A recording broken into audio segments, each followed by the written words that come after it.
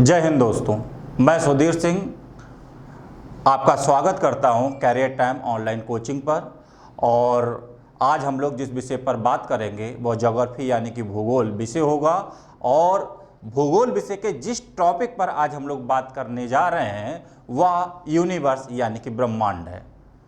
और दोस्तों ये याद रहे कि इस टॉपिक से हर कंपटीशन में कम से कम 3 से 4 क्वेश्चन तो आने ही आने हैं। इसका विशेष ध्यान रखें और इस वीडियो को अंत तक जरूर देखें, क्योंकि इस टॉपिक से जो क्वेश्चंस आते हैं वो हर एग्जाम में, चाहे वो एसएससी हो, चाहे वो पीसीएस हो, आईएएस हो, चाहे लेखपाल, टेट, सुपर टेट, यानी कि ग्रुप डी से ग्रुप ए तक जितनी भी कंपटीशन है सबके लिए जो है वो यहाँ से क्वेश्चन जरूर पुटअप किए जाते हैं। इसलिए इस वीडियो को अंत तक आप जरूर देखिएगा। और चलिए हम लोग बात करते हैं इस सब्जेक्ट पर आज। और दोस्तों ये ज्योग्राफी, जिसे हिंदी में भूगोल कहा जाता है, इसके जिस टॉपिक पर हम बात करेंगे यूनिवर्स। लेकिन यूनिवर्स को स्टार्ट करने से पहले, चूँकि ये ज्योग्राफी सब्जेक्ट के अंतर्गत आता है, तो हम ज्योग्राफी को जरूर समझ लें। जिस विषय के बारे में हम पढ़ रहे हैं उस विषय का क्या मतलब है उसे हम जरूर जानें। तो चलिए हम बात करते हैं ज्योग्राफी, जो कि इंग्लिश भाषा का शब्द है और इसका हिंदी रूपांतरण भूगोल है। ज्योग्राफी ये जो शब्द है, इंग्लिश शब्द है, ये ग्रीक लैंग्वेज यानी कि यूनानी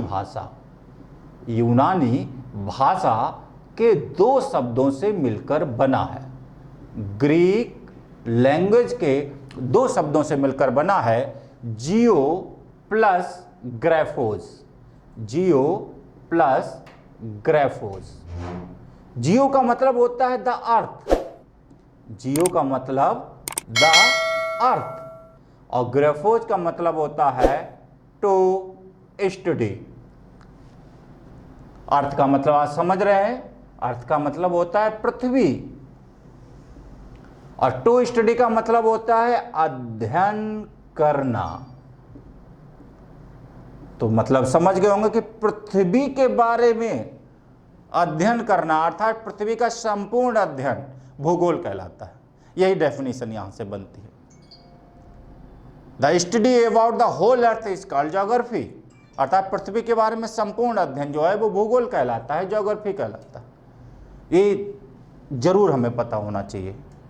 उसके बाद में हम लोग बात करेंगे कि एक जो ये ज्योग्राफी शब्द कहाँ से डेवलप हुआ है। एक व्यक्ति थे जिनका नाम था इरेटोस्थनीज। क्या नाम था? इरेटोस्थनीज।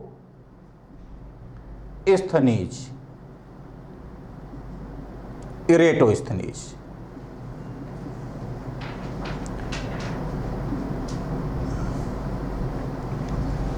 इन्होंने एक नाम दिया था जिसका नाम था जियोग्राफिका। जियोग्राफिका।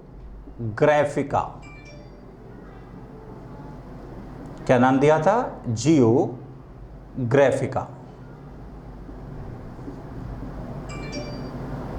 और इसी जियोग्राफिका से जो है वो ज्योग्राफी शब्द निकला है।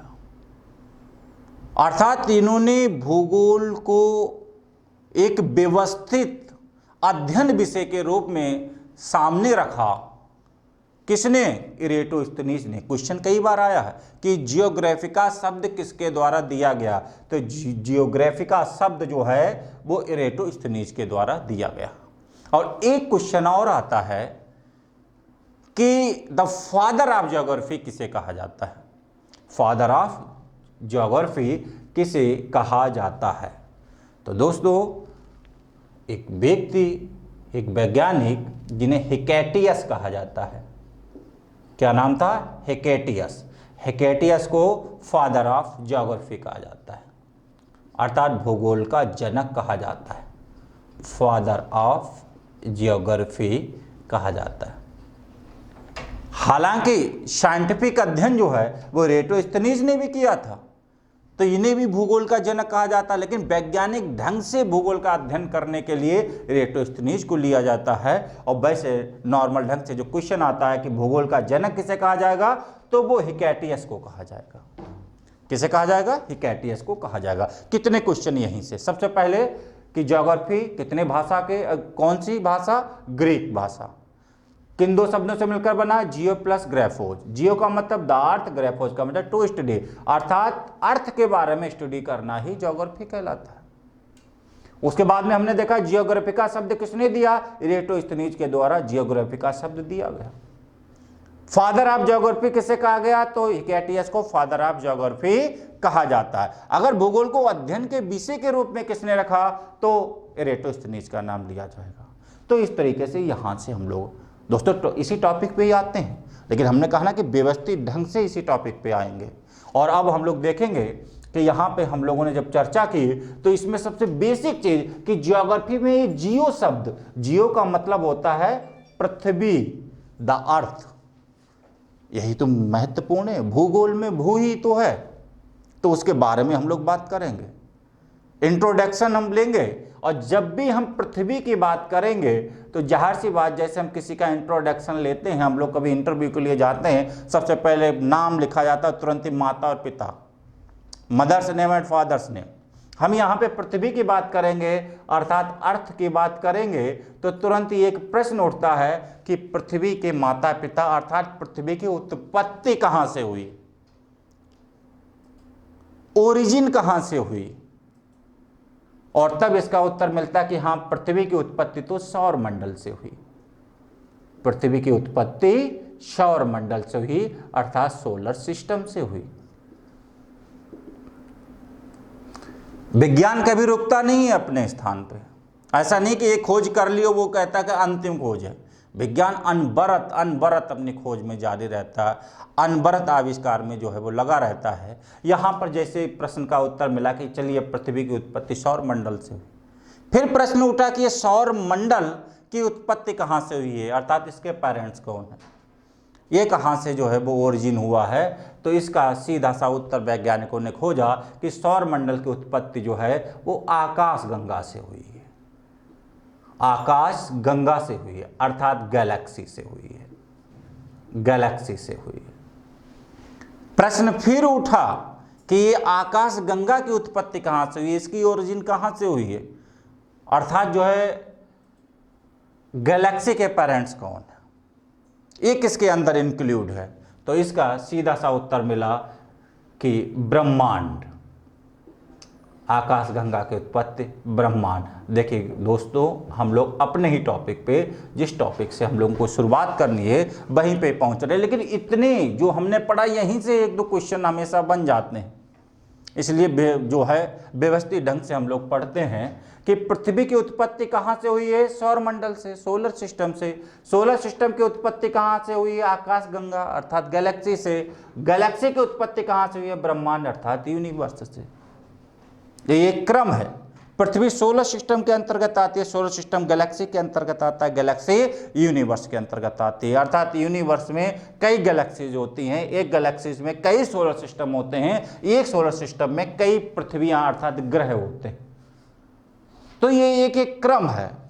अब इसमें यहां पे हम आके रुके कि यूनिवर्स, प्रश्न फिर उठता है कि यूनिवर्स की उत्पत्ति कहां से हुई है। तो यहां पे विज्ञान और धर्म एक ही बात, दोनों एक ही जगह पे आके रुक जाते हैं।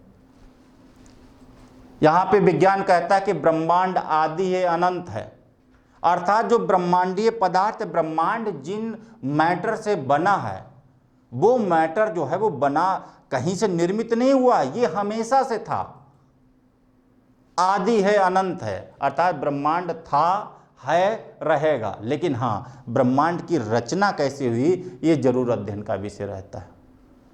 हमने देखा पृथ्वी की उत्पत्ति सौर मंडल से, सौर मंडल की आकाशगंगा से, आकाशगंगा के ब्रह्मांड से। ब्रह्मांड की उत्पत्ति किसी से भी नहीं हुई है। ब्रह्मांड आदि है, अनंत है, बस ये इसकी रचना कभी कभी जो बनती है, बिगड़ती है, वो चीज़ अलग है, लेकिन इसका जो मैटर है वो पहले भी था, अब भी है, आगे भी रहेगा।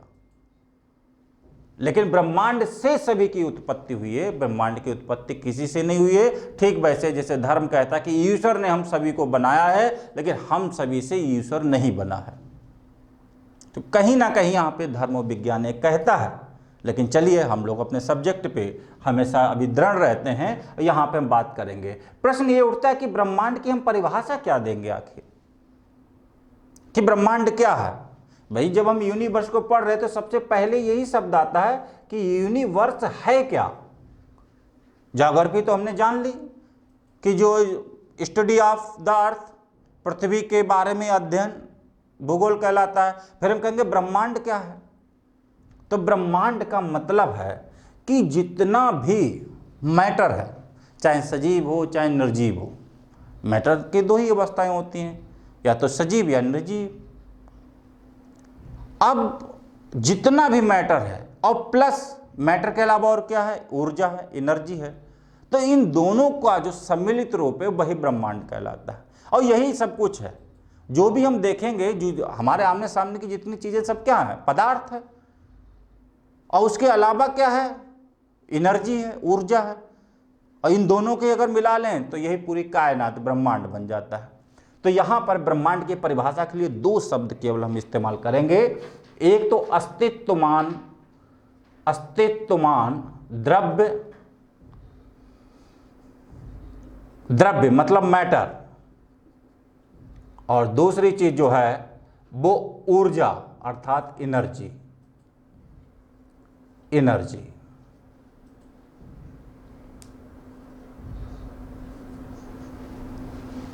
एनर्जी, ठीक है। अस्तित्वमान, ऊर्जा और एनर्जी, इन दो को जो है वो सम्मिलित रूप, द्रव्य और ऊर्जा का जो सम्मिलित रूप है, जो सम्मिलित रूप है वही क्या कहलाता है, वही कहलाता है ब्रह्मांड।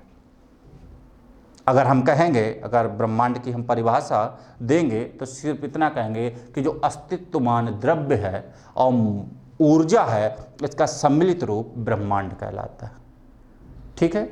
और उस द्रव्य में सब कुछ आता है, लिविंग नॉन लिविंग जितने भी थिंग्स है वो सब द्रव्य में ही आते हैं, और उनमें निहित और उनके आउटर जितनी भी एनर्जी है वो सब इसके अंतर्गत आती है, और इन्हीं का मिला जुला। उसी को तो लेकर आइंस्टीन ने E बराबर mc² का एक जो फार्मूला दिया था, उन्होंने क्या कहा था, एनर्जी कभी द्रव्यमान में और कभी द्रव्यमान एनर्जी में।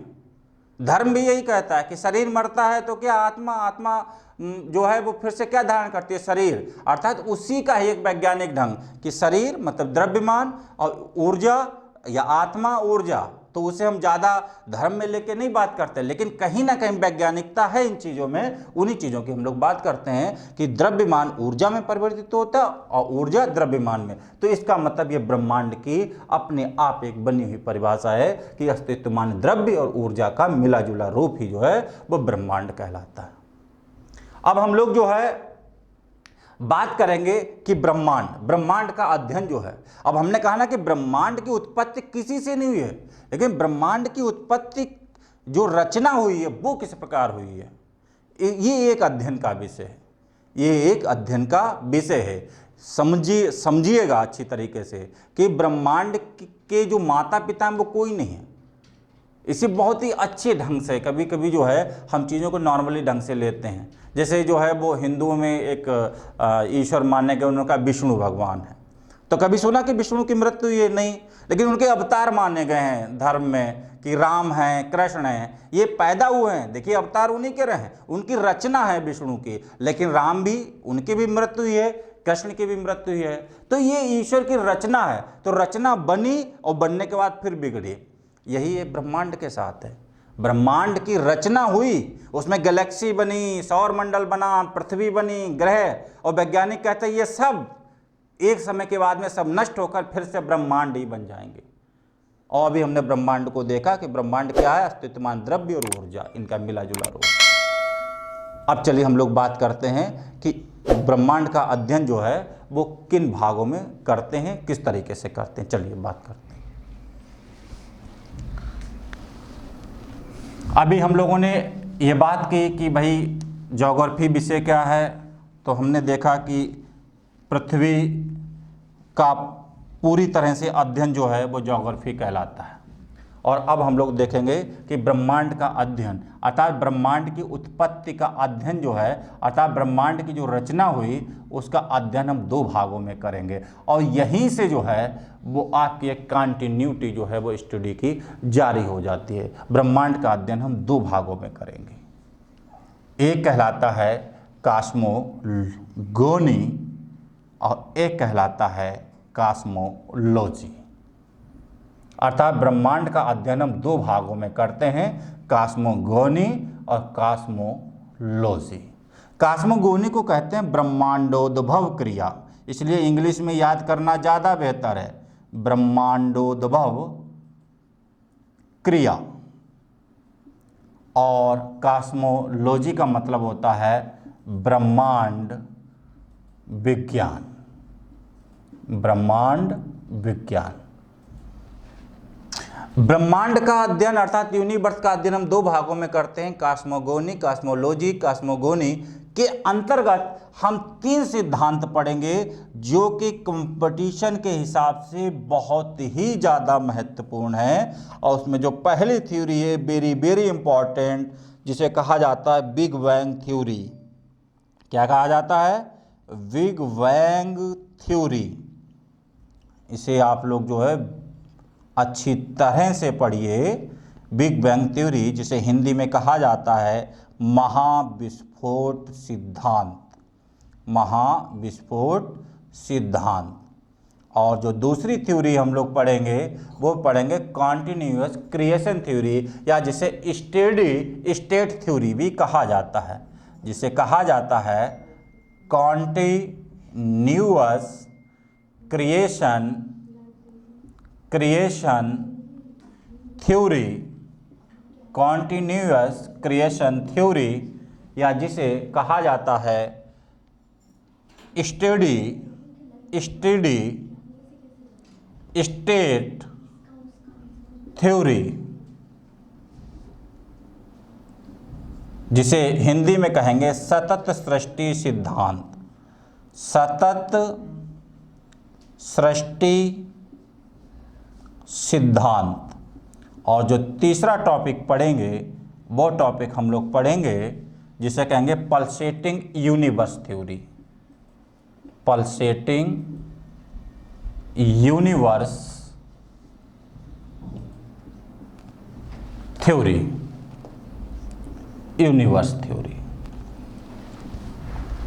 इसमें हम लोगों ने ये big bang theory, continuous creation theory और तीसरी जो पढ़ेंगे वो पढ़ेंगे दोलन ब्रह्मांडीय थ्योरी, दोलन ब्रह्मांडीय सिद्धांत।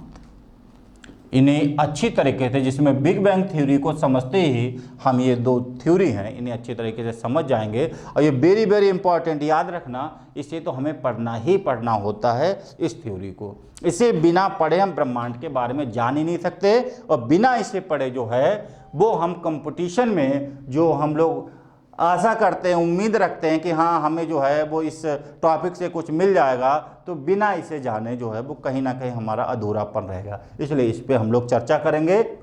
लेकिन अभी समझिएगा कि यूनिवर्स को हमने दो भागों में बांटा, कॉस्मोगोनी, कॉस्मोलॉजी। कॉस्मोगोनी को 3 भागों में हमने बांटा, और फिर बाद में हम लोग कॉस्मोलॉजी पढ़ेंगे, जिसमें हम लोग जो है सोलर सिस्टम, स्टार्स और उसके अलावे जो है कुछ खगोलीय पिंड पढ़ेंगे। तो इसकी चर्चा अभी बाद में करते हैं, पहले हम लोग इसकी बात करते हैं। चलिए इसमें हम लोग बिग बैंग थ्योरी को पढ़ते हैं। ये आपका टॉपिक है जिसे बिग बैंग थ्योरी कहा जाता है, बिग बैंग थ्योरी। देखिए क्या है, ये ब्रह्मांड की उत्पत्ति से संबंधित सिद्धांत है, और ये हमें जो है ये बताता है कि ब्रह्मांड की रचना किस प्रकार हुई। तो इसे जानने के लिए पहले ये देखते हैं कि ब्रह्मांड आरंभ में था क्या, शुरुआत में ब्रह्मांड क्या था। ये तो हमने बताया कि जितना भी मैटर और एनर्जी उसे ही मिलाकर ब्रह्मांड कहते हैं। वो मैटर और एनर्जी दोनों एक बहुत ही छोटे पिंड में विद्यमान था, अर्थात जो ब्रह्मांडीय पदार्थ था बहुत ही छोटे से गोले में विद्यमान था, एक छोटे गोलक में। ये घटना जो महाविस्फोट सिद्धांत की बताई जा रही है, वैज्ञानिक अनुमान के अनुसार वो लगभग 13.7 अरब वर्ष पहले की घटना है, पहले की घटना है। अर्थात 13.7 अरब साल पहले जो ब्रह्मांड था वो एक सुपर डेंस बॉडी, अर्थात अति सघन पिंड था, क्या था? अति मतलब बहुत ज़्यादा, सघन मतलब डेंसिटी, बहुत डेंस, अति सघन पिंड अर्थात एक परमाणु के टाइप का,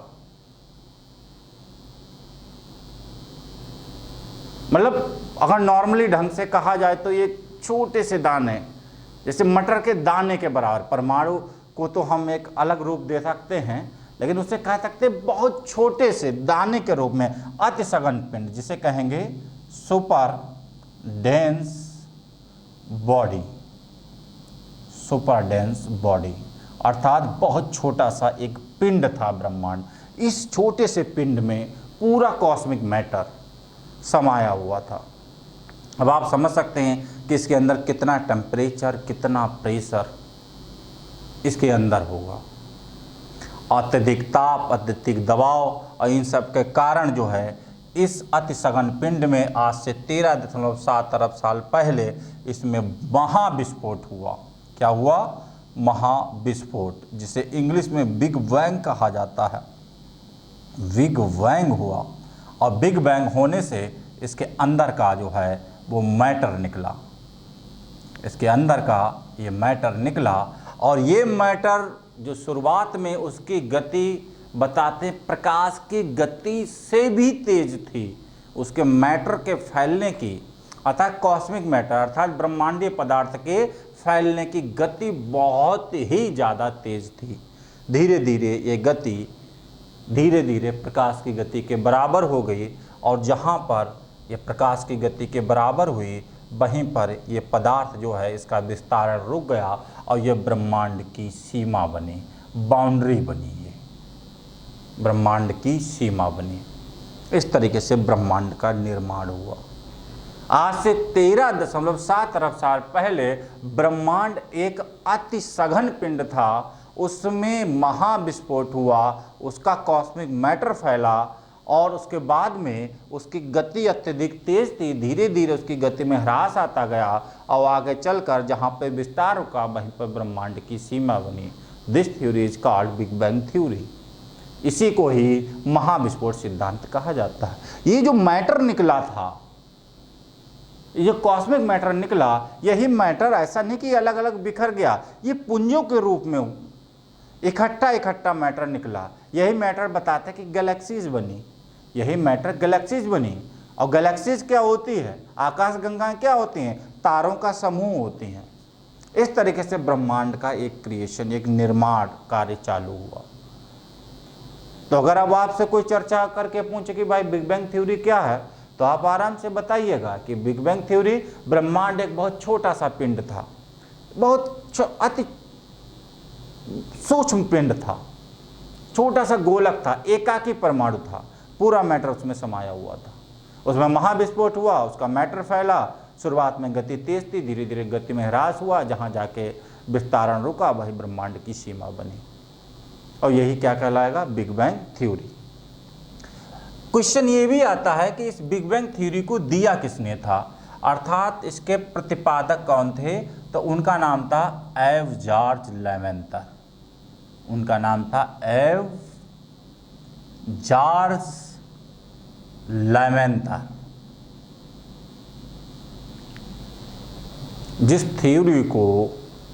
इस थ्योरी को जिसने दिया था उस वैज्ञानिक का नाम था एव जॉर्ज लेवेंतर। और ये थ्योरी कब दी गई थी, कब, इस थ्योरी का काल क्या माना जा रहा है? 13.7 अरब साल पहले ब्रह्मांड जो है वो विस्फोटित हुआ था और उसके बाद में इसका निर्माण कार्य हुआ। तो ये हमने बताया कि महाविस्फोट सिद्धांत कहलाता है। महाविस्फोट सिद्धांत को आप अच्छी तरीके से समझ गए। अब हम लोग महाविस्फोट सिद्धांत के बाद बात करते हैं सतत सृष्टि सिद्धांत। सतत सृष्टि सिद्धांत जिसे हमने बताया था कॉन्टिन्यूअस क्रिएशन थ्योरी, या इसी को ही कहा जाता है steady state theory. State theory, सतत सृष्टि सिद्धांत सेम टू सेम वही बात कह रहा कि ब्रह्मांड शुरुआत में एक सूक्ष्म पिंड था, उसमें विस्फोट हुआ, उसके पदार्थ निकले, जहाँ जाकर रुके वहाँ ब्रह्मांड की सीमा बनी। फिर दोनों में अंतर क्या है? बस अंतर इतना है, ये कहता है कि सतत सृष्टि सिद्धांत, मतलब बात यही कह रहा, बस उसमें इसने कुछ बातें मिलाकर कुछ उनमें जोड़कर बताई हैं। इसने कहा कि विस्फोट हो गया था, इसने कहा कि वो महाविस्फोट जो था वो लगातार जारी रहा, लगातार जारी रहा। मतलब ये जो कहता है बिग बैंग की बात तो करता ही है, लेकिन बिग बैंग में महाविस्फोट के साथ में इसने एक शब्द लगा दिया जारी, अर्थात कंटिन्यू। इसने कहा कि जो महाविस्फोट हुआ वो लगातार जारी रहा, और जब लगातार जारी रहा तो इसका मतलब जो ब्रह्मांड का जो विस्तार भी था वो भी क्या रहा, विस्तार भी जो है वो लगातार जारी रहा। और इसका उदाहरण भी देते हैं कि जो आकाश गंगाओं के बीच में, अर्थात जो गैलेक्सी है, गैलेक्सी के बीच में जो गैलेक्सी के बीच की जो दूरियां बढ़ रही हैं, गैलेक्सीज के बीच की दूरी जो है वो क्या हो रही है, बढ़ रही है। और दूरी तभी बढ़ेगी जब अतिरिक्त मैटर होगा, और अतिरिक्त मैटर कहां से आएगा, केंद्र से आएगा, और केंद्र में क्या हुआ था, महाविस्फोट हुआ था। तो दोनों थ्योरी में बस इतना अंतर है, इसने कहा कि महाविस्फोट हो गया था, इसने कहा था कि हो तो गया था, इसने कहा हो तो गया था लेकिन वो लगातार जारी रहा। और Edwin Hubble, Herman Bondi, Thomas Gold, इन लोगों का कहना है कि वो विस्तार लगातार जारी है, क्योंकि आकाश गंगाओं के बीच की बढ़ती दूरियां ये बता रही हैं कि जो महाविस्फोट है, बिग बैंग है, वो लगातार जारी रहा। तो इस थ्योरी को देने वाले जो व्यक्ति थे, उनमें इस थ्योरी को जो दिया था, वो जो आधारित था वो था एडविन हब्बल के सिद्धांत पर।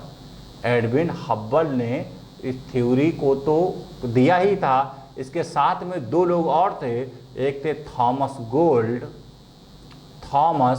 गोल्ड और दूसरे थे हरमन बॉन्डी। इन लोगों ने कहा कि विस्तार जो है वो लगातार जारी रहा। और तीसरा सिद्धांत जिसे कहा जाता है दोलन ब्रह्मांडीय सिद्धांत, चलिए उसकी बात करते हैं, उसकी बात हम लोग करते हैं।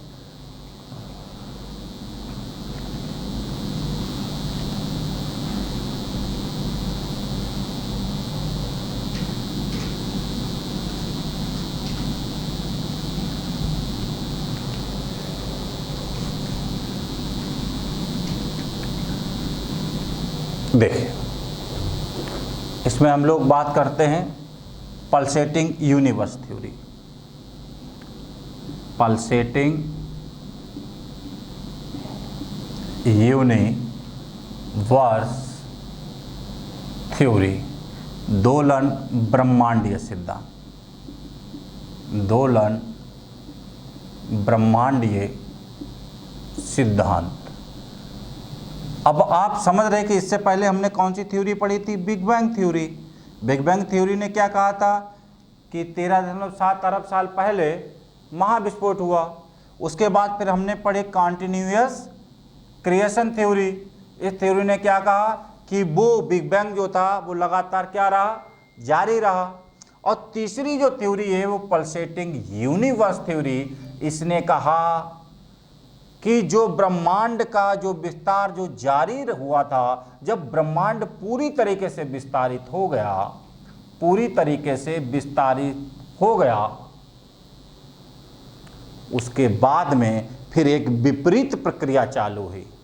हमेशा याद रखिएगा, कोई भी लहर अगर पूरी ऊपर उठती है, ऊपर उठने के बाद क्या होता है, वो नीचे आती है। जब जीवन चरम पर पहुंचता है तो मृत्यु के निकट आने लगता है। कोई भी वस्तु अगर जो है जितनी ऊंचाई पर जा रही है अपनी चरम के बाद फिर क्या होती है, नीचाई पे जाती है। सेम टू सेम वही लैंग्वेज यहाँ पे, कि यहाँ पे एक शब्द है दोलन।